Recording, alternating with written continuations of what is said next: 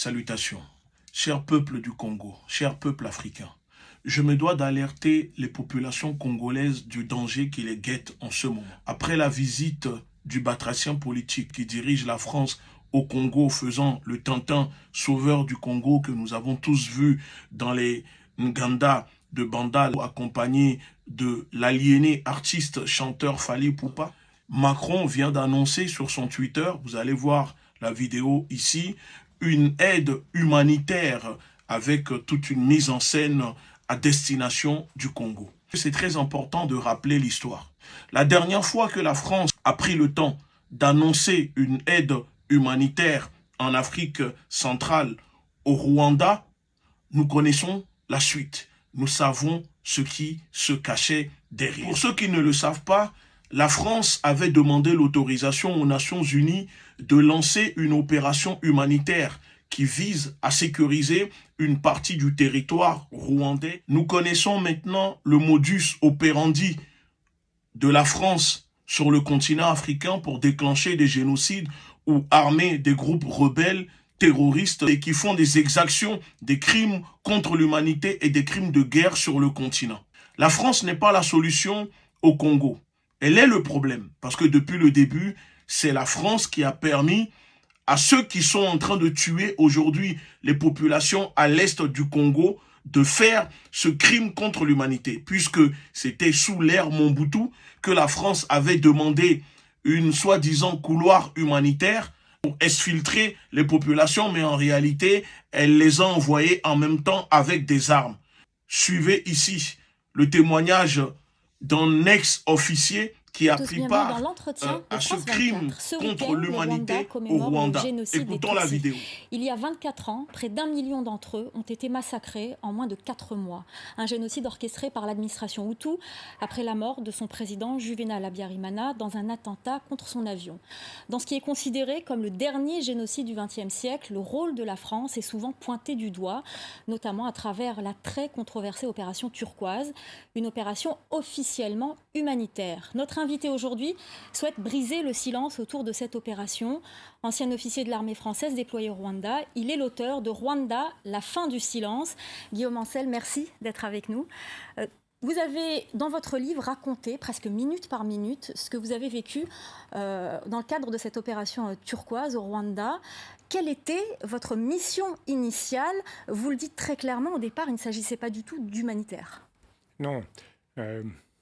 Dans cette intervention, dans laquelle il y a eu un aspect humanitaire, mais l'intention centrale était tout à fait différente. Elle était de remettre au pouvoir le gouvernement qu'on soutenait depuis 4 ans. Le seul problème, c'est que c'est ce pouvoir qui commettait le génocide.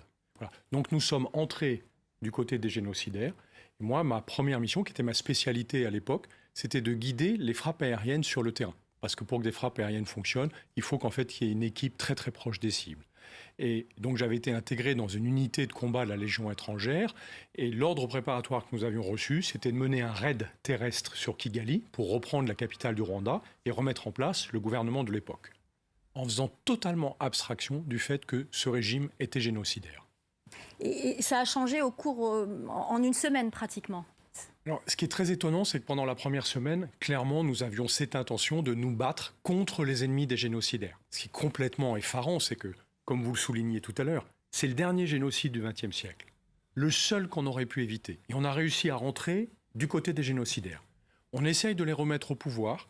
Et assez tard dans l'opération, dans la nuit du 30 juin au 1er juillet, on arrête enfin ces actions offensives contre le FPR au moment où elles vont se déclencher.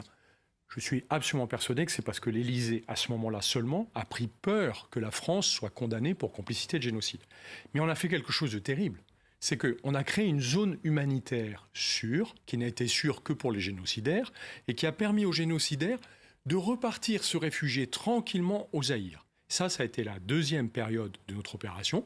Et la troisième, inacceptable, c'est que nous avons livré des armes aux génocidaires dans des camps de réfugiés au Zaïre, alors que nous étions sous embargo de l'ONU. De plus, pour les personnes qui ne sont pas au courant, en juillet 1994, la France avait refusé d'arrêter, d'interpeller les responsables génocidaires qui ont massacré les populations au Rwanda. La France a longtemps protégé les responsables de ces crimes contre l'humanité. Le dernier s'est fait arrêter récemment, il y a à peine 2 ans seulement, ici en France, parce que le gouvernement de Kigali, Paul Kagame, n'a cessé de mettre la pression. La France avait besoin de remettre en place sa coopération avec le pays, chose que Kigali a utilisée pour intimider et faire un chantage à Paris.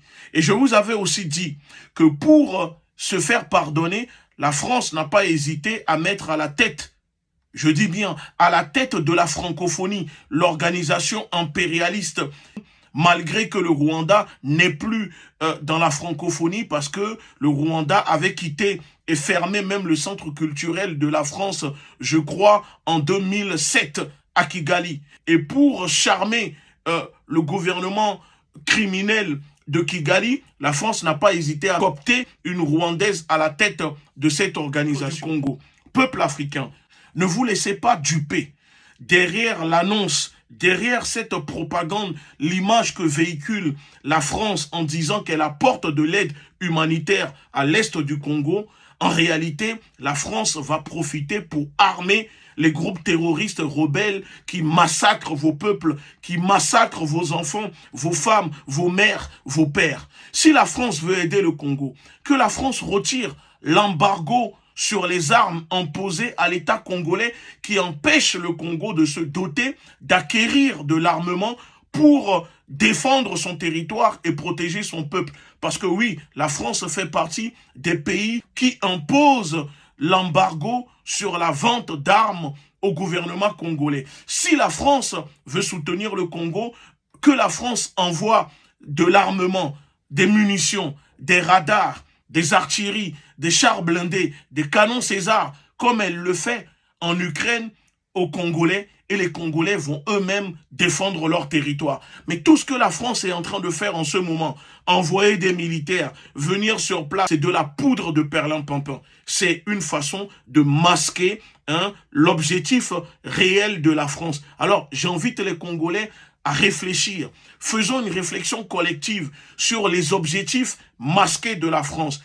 Qu'est-ce que la France gagnerait en envoyant de l'aide humanitaire au Congo, en envoyant des militaires français au Congo, puisque la France parle de transition écologique. Alors, les ressources que la France a besoin se trouvent au Congo pour faire cette transition écologique.